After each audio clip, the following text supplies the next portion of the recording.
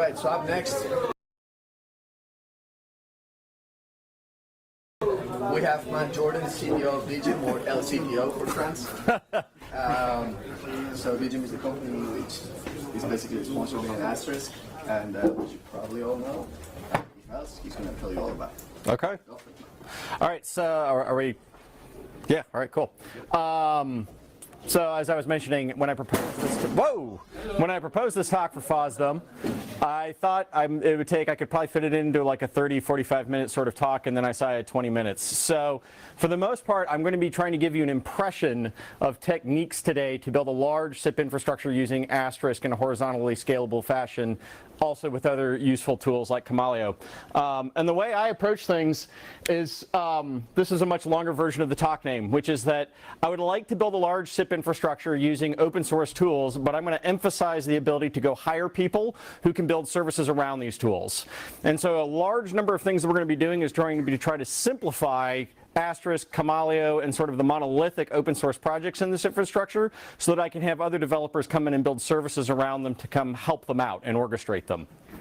And in particular, I'm going to try to hire not just C developers, despite the fact that Asterisk is written in C. So a couple of sort of overarching philosophy goals that I have when I'm trying to build a SIP infrastructure. I want to be able to scale out first and then worry about scaling up. There's a lot of optimizations that you can do later on in order to improve the performance of individual components, but in particular I want to be able to spin up new servers because that's just going to allow me to scale faster or easier. I want to have reasonable redundancy as much as humanly possible. I'm not going to stress about being redundant where it's extremely challenging. We can always come in and improve redundancy in places, but in general I want to be able to have backups for everything. I want to treat my applications like they're cattle, not pets. If nobody's ever heard this phrase before, when your server dies, it should be like you treat it like your cow died. You have hamburgers. You don't treat it like your pet died and you have a service for it or a funeral. In particular, I want to actually minimize the necessity of requiring specialized monolith knowledge. This may come as a shock to everybody in the room, but the world is not overflowing with real-time communication developers. We're kind of a rare breed. There's not that many people who know the inner workings of Kamaleo and Asterisk, and while you can teach people these things, it's much easier to find JavaScript or Python or Perl developers and teach them the basics of real-time communication rather than just requiring right off the bat that you are only going to hire developers like this. Good try. So this is sort of how I view the strengths and weaknesses of the various players that I'm going to build my infrastructure out of. And apologies to all of the Kamaleo and Asterisk people, including myself in the room, because I give us some meh marks in some places. Kamaleo scalability, fantastic, right? Scales wonderfully. Its API, it's okay, but you know, it's kind of a solid meh in some places on that. And it requires a lot of specialized knowledge. Asterisk, scalability, kind of a solid meh. You know, scale's okay, but not that great, and pretty quickly you need a lot of them. API, we've done a lot of work over the past couple of years to give ourselves a better API for building communications applications. It's one of the biggest areas that we focused on development in. Required knowledge, though, need a lot of required knowledge in order to be able to build Asterisk applications or to be able to run Asterisk. On the other hand, if I'm building my own services, I'm putting all the burden onto my developers. They scale as well as my developers are able to build things. If they have APIs, it's however good I am at writing APIs. And generally I can find people out there who can go build these things. So from a very high level, I want to build an architecture or a system that looks something like this. I have a pool of Kamaleos that are performing my registration. They're acting as my registrar, and they're doing the routing to my Asterisk servers that are acting as my media application servers. I may have another pool of Kamaleos that are acting as my proxies to go out to my providers. I have another pool of servers that I'm writing, that my developers are writing, that are handling all of the application logic, and that is sitting outside of my Asterisk instances. So I'm going to keep my Asterisk instances as simple as humanly possible. They should have a very simple dial plan, and I'm going to push most of the burden of what happens in the call off to the application servers. So we're going to refer back to this a couple times as we go along. All right, so there's sort of 4 problems we're going to kind of talk about. And the thing I want to remind everybody is that there's no right answer when you solve these problems. There are absolutely wrong answers, right? You can make bad decisions, but when you make a decision, you're usually just choosing a path that's going to force you to make some trade-offs elsewhere. So we're just going to kind of do some pros and cons on different options in terms of solving these things. So how do phones find each other? How do I handle the SIP registrations? My first goal, I want to use Camalio for this. It scales better. It handles sharing registration between Camalio instances in a cluster really well, and Asterisk doesn't do either one of those jobs well at all. So I want to get my Camalio instances to act as the registrar. The other thing I don't want to do, I don't want to send SIP registrations to the Asterisk instances, because I'm either going to start storing phone location on specific Asterisk instances, which is really bad because then they die, and then I have to have a funeral for it because it was a pet and I stored phone location on it. I don't want to do that. I don't want to send all SIP registrations to all Asterisk instances because that doesn't scale well, and when I'm at 500,000 subscribers, I don't want to have 500,000 registrations on every single Asterisk instance. It's not a good idea. So how might I go about doing this? Well, in Camalio, this is a very easy problem. This is a very well-known problem to go solve. Use the location module. If I have a couple instances of Camalio in my cluster, I can fork the register request to the other Camalio instances, and they can be smart enough to go, oh, I'm just updating my in-memory information, and so they're keeping track of all the registrations. In Asterisk, I've kind of got two different approaches that I could do. One is that I could create a view on the Camalio database and look up the location information by the address of record, which is in the PJ-SIP stack, we call it dialing by AOR. The second option is I can build what we like to call sidecar services. And these are little tiny microservices that you stand up that expose some information in Camalio off to Asterisk in a way that it can more easily consume. In which case I'm going to be dialing by URI. So if I did with the database route, I would create a view on the Camalio database that expose the parts of the location table using the same schema that Asterisk needs to consume for its AOR object. And then the rest of the Asterisk instances would be looking at their own Asterisk database for the rest of the objects. Generally in Asterisk, all you're doing for doing that is you're going to take the PSAOR's object, map it off to the Camalio database such that it actually looks at the PSAOR's view that you've constructed there, and then as far as dialing is concerned, you just dial like you normally dial. And when you do that, Asterisk is going to go off to the Camalio database and look up the registered URI that's actually been stored in that view. So I can dial just like I've always been doing it, but I can use Camalio as the registrar and get the location information from it. The downside of this is kind of non-intuitive when you're maintaining a system, because now my Asterisk instances have a database connection off to a database that it's not really their database, and I had to create a view on it, and I had to understand the schema mappings and things, and that can cause some cognitive overload on people when you're trying to maintain things. Another option is we create the sidecar. We create a little tiny microservice that just exposes the location information, and then I go ahead and use that in order to actually get the contact when I go do my dialing. This works great when you're actually doing all the dialing not in the dial plan, and you're doing inside of applications that are written on top of Asterisk. And you just dial by URI, where you create a dial string that's PJ-SIP / the name of the endpoint / and then the URI that's their location. And that will actually go ahead and dial to that URI, and if you set up the outbound proxy, it'll funnel it out through your Camalio proxies.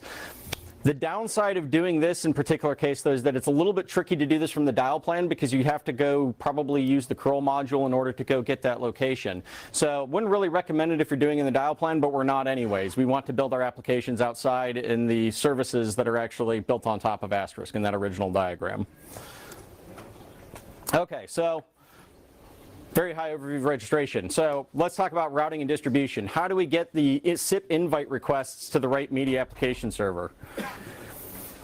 Initially, you might think of, well, let's just tie a customer domain to an Asterisk instance, right? We're going to say this Asterisk instance is for this customer.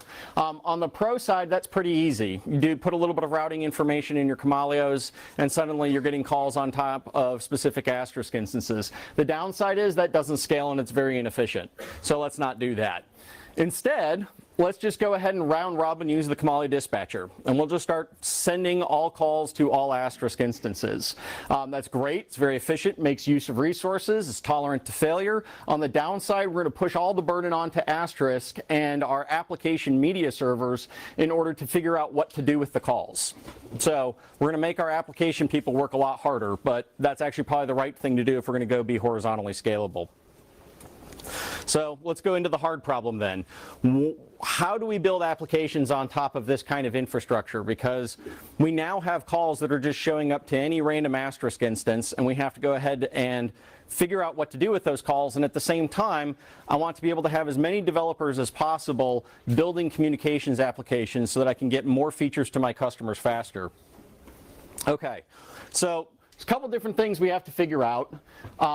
We can't let any customer information live or be owned by Asterisk. That's the first step. Okay, so there's usually roughly 3 things that means we have to not store on the Asterisk instance. We can't store endpoints or any specific SIP information on those particular instances. We can't store prompts on the Asterisk instances because I can't put every single customer prompt on every single Asterisk instance.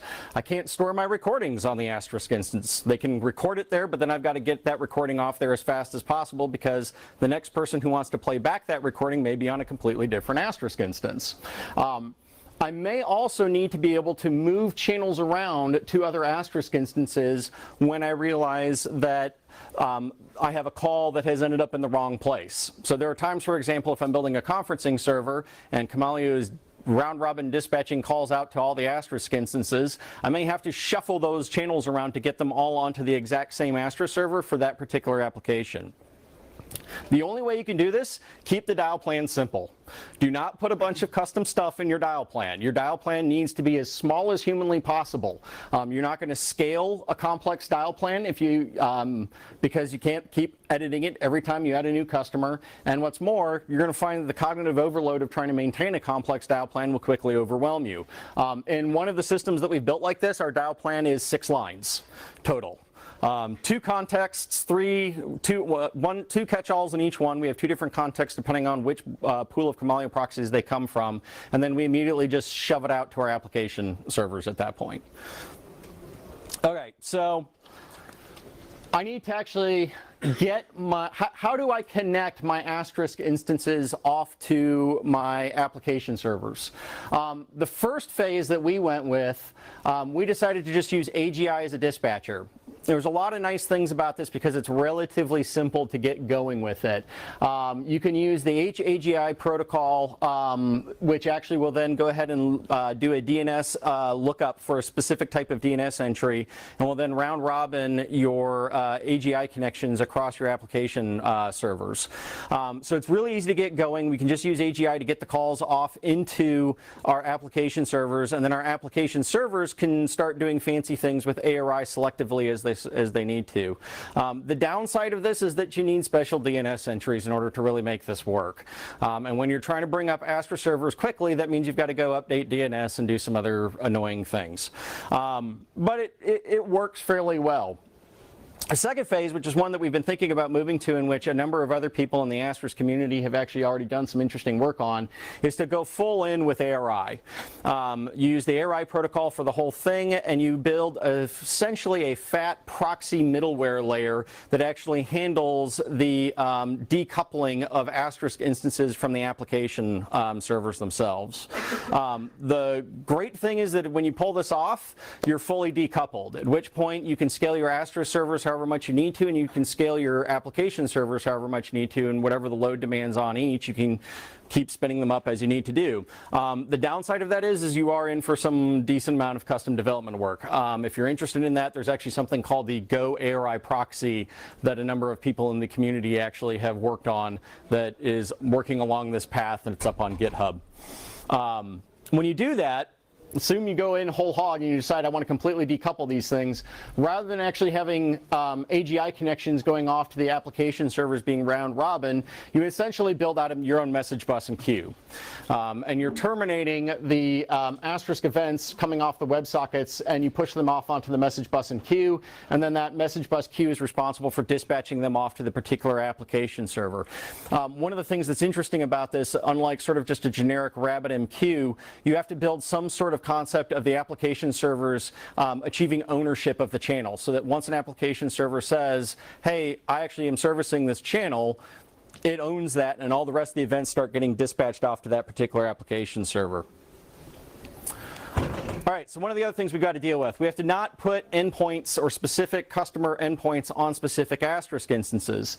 The easiest way to deal with that is just simply to use real-time. You map the PJSIP objects to a real-time backend. Please, for the love of God, do use a cache if you do this, so that you don't try to pull down 500,000 subscribers when Asterisk, naively tries to find out how many different endpoints are out there.